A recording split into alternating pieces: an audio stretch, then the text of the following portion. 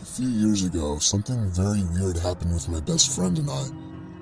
I was 15 years old. One night I decided to sleep over at my friend's house. After a night of scary movies, we were in the mood to do something exciting. Not far from my friend's house was a demolishing site. A block of houses in a very terrible state that would be demolished the day after tomorrow.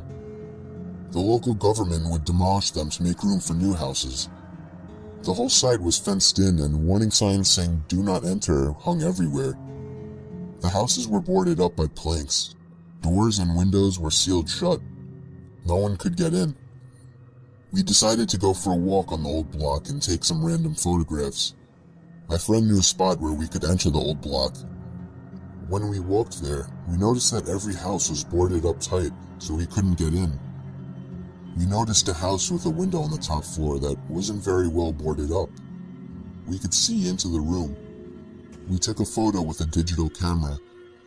Later we went home and took a look at the pictures we made. Suddenly, we came across the photo of the window. We saw a woman dressed in a brown raincoat with white skin and black hair as long as we could visibly see. The woman looked very sad. We hadn't seen any woman up there when we took the picture. Moreover, the windows and doors were boarded. We went back to the house to see if that was correct. After investigation, it really was. Everything was tied shut, and there was no woman. This story isn't mine, but rather of my friend from Japan. I'll call him Rita. It happened back when Rita was only about 11 or 12 years old. Rita was a rather attractive kid and had his fair share of admirers. One girl was extreme with her crush though. I'll call her Ayano. Ayano was a lot older than Rita. She was 17. She was an acquaintance of Rita and lived down the road from him. Rita hadn't thought much of her until she started stalking him. Every day and every night, she would be following him one way or another, whether it be in person or online. Rita first started getting the creeps when she would start messaging him over 20 times a day. Stuff like, "Be safe," "Are you alright?" "Sleep well," etc. This was a little weird, but he overlooked it. Then the messages started getting creepier. Instead of the usual checkup emails, they got more personal. Things like, "You should eat your lunch," if he skipped lunch, or "I think your sister's hungry," when his little sister was crying. Rita stopped using both his phone and social media at this point, but it doesn't end there. Rita's mother was almost never home, so he was frequently looked after by babysitters. One day he had a new babysitter. It was Ayano. Nothing was particularly strange as she looked after him and his siblings, but she did get a lot closer to his mother than he would like. One day at school, Ayano approached Rita and told him that his mother would be out of the country for a week, and that she told her to let Rita stay at her house. Rita was hesitant at first, but hey, it was his mother's wish. He couldn't go against that. Ayano told him that his mother had already left, so he could go home with her after school that day. Rita reluctantly agreed and went home with her. When he got there, her parents weren't home. Things get a little blurry here as my friend choked up telling the story, as it still scares him today. He said Ayano would play weird games with him, stuff like Family, where she insisted she was the wife and he was the husband, as well as things like Cops and Robbers and games to see who would get scared first, where she would blindfold him and leave him in a silent room for hours on end. It was 5 days into staying at her house, and Ayano had gone to her part-time job. She had left the doors locked and the windows were too high to jump from, so he just stayed in front of the TV, where he saw a chilling news report. It was a missing child report, the missing child being him. Before he had the time to catch the number to call, the TV switched off, and Ayano was standing behind him with the remote in her hand. Rita had freaked out, crying and screaming. Ayano held him, but he managed to wiggle from her grasp just in time to open a window and cry for help. Luckily for him, a couple were walking past, heard his cries and called the police. Within an hour, police arrived and found him locked in her bedroom with a blindfold and his hands tied. Due to Ayano still being a minor, Rita is unsure of what happened to her.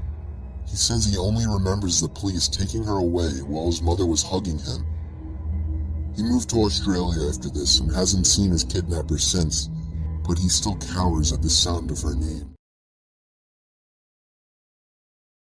About 5 years ago, I lived downtown in a major city in the US. I've always been a night person, so I would often find myself bored after my roommate, who was decidedly not a night person, went to sleep. To pass the time, I used to go for long walks and spend the time thinking. I spent 4 years like that, walking alone at night, and never once had a reason to feel afraid. I always used to joke with my roommates that even the drug dealers in the city were polite. But all that changed in just a few minutes of one evening. It was a Wednesday, somewhere between 1 and 2 in the morning, and I was walking near a police-patrolled park quite a ways from my apartment. It was a quiet night, even for a weeknight, with very little traffic and almost no one on foot. The park, as it was most nights, was completely empty. I went down a short side street in order to loop back down my apartment when I first noticed him. At the far end of the street, on my side, was the silhouette of a man dancing. It was a strange dance, similar to a waltz, but he finished each box with an odd forward stride. I guess you could say he was dance walking, headed straight for me. Deciding he was probably drunk, I stepped as close as I could to the road to give him the majority of the sidewalk to pass me. The closer he got, the more I realized how gracefully he was moving. He was very tall and lanky and wearing an old suit. He danced closer still, until I could make out his face. His eyes were open wide and wild, head tilted back slightly, looking off at the sky. His mouth was formed in a painfully wide cartoon of a smile. Between the eyes and the smile, I decided to cross the street before he danced any closer.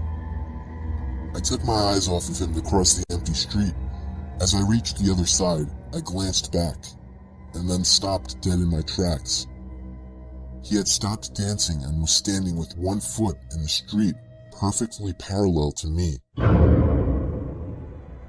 He was facing me, but still looking skyward, smile still wide on his lips.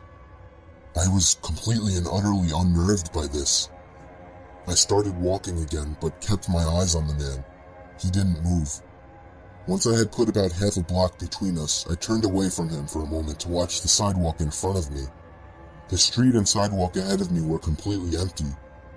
Still unnerved, I looked back to where he had been standing to find him gone. For the briefest of moments I felt relieved, until I noticed him. He had crossed the street and was now slightly crouched down. I couldn't tell for sure due to the distance and the shadows, but I was certain he was facing me. I had looked away from him for no more than 10 seconds, so it was clear that he had moved fast. I was so shocked and I stood there for some time, staring at him, and then he started moving toward me again.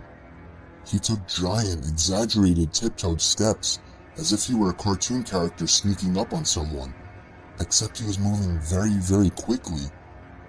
I'd like to say at this point that I ran away or pulled out my pepper spray or cell phone or anything at all, but I didn't. I just stood there, completely frozen, as the smiling man crept toward me. And then he stopped again, about a car length away from me, still smiling a smile, still looking to the sky. When I finally found my voice, I blurted out the first thing that came to mind. What I meant to ask was, "What the fuck do you want?" in an angry, commanding tone. What came out was a whimper. What the fuck? Regardless of whether or not humans can smell fear, they can certainly hear it. I heard it in my own voice, and that only made me more afraid. But he didn't react to it at all. He just stood there, smiling. And then, after what felt like forever, he turned around, very slowly, and started dance-walking away. Just like that. Not wanting to turn my back to him again, I just watched him go, until he was far enough away to almost be out of sight. And then I realized something. He wasn't moving away anymore, nor was he dancing. I watched in horror as the distant shape of him got bigger and bigger. He was coming back my way. He was coming back my way, and this time he was running. I ran too. I ran until I was off the side road and back onto a better lit road with sparse traffic. Looking behind me then, he was nowhere to be found.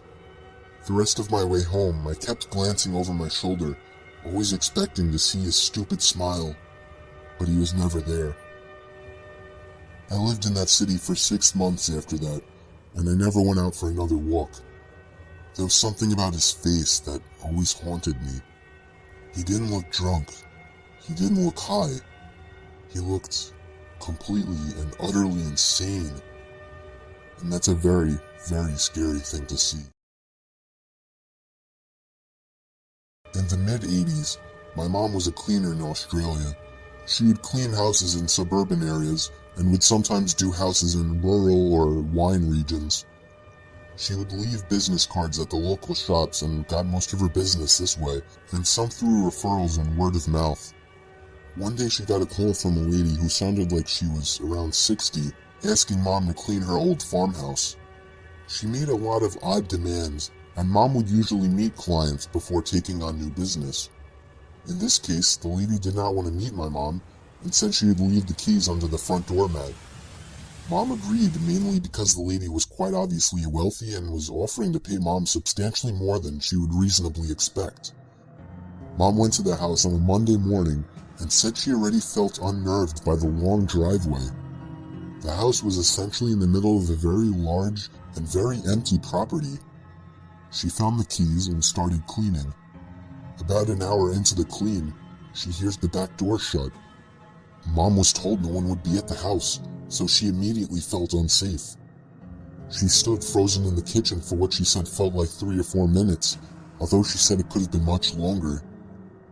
There was no other car on the property. She wanted to leave immediately, but had 2 rooms left to do.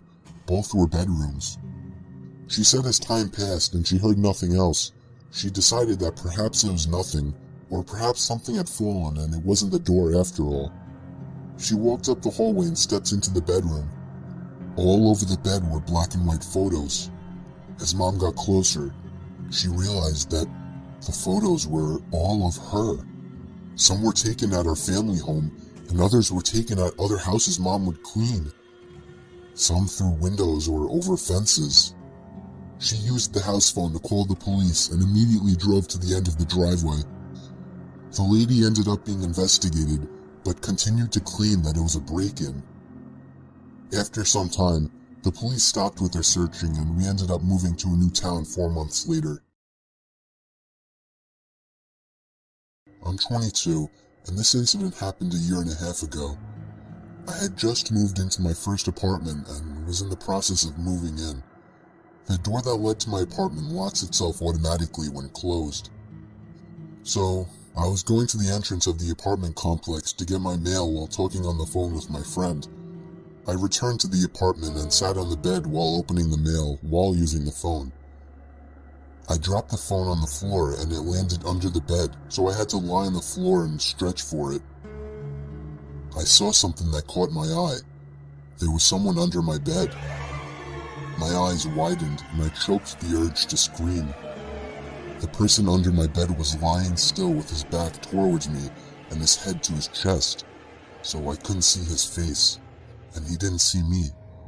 Trying to be rational while so many thoughts rushed through my head, I picked up the phone, said, "Sorry, I dropped my phone. I'm just gonna take a shower and call you back." The bathroom is right by my bed, so I hastily walked in, quietly locked the door, turned the shower on, jumped out my window, and called the police. They told me to wait nearby, but to go across the street and see if anybody comes out the door of the apartment complex. This was during the summer and it was still light out. I placed myself across the street, hiding behind a car while watching my open bathroom window and the entry door. I called my friend and he came over just before the police. I gave them my keys and they went inside. Only moments later, 2 cops came out holding a thin and tired-looking man. His eyes looked crazy, but he didn't try to get away. The policeman that stood beside me and comforted me while the police searched through my house told me that the man stood outside my bathroom door with one of my kitchen knives, waiting for me to come out. This man had somehow crept in my entry door while I was getting my mail and hid under the bed. The man that was trying to hurt me turned out to be a homeless person and was placed in a mental hospital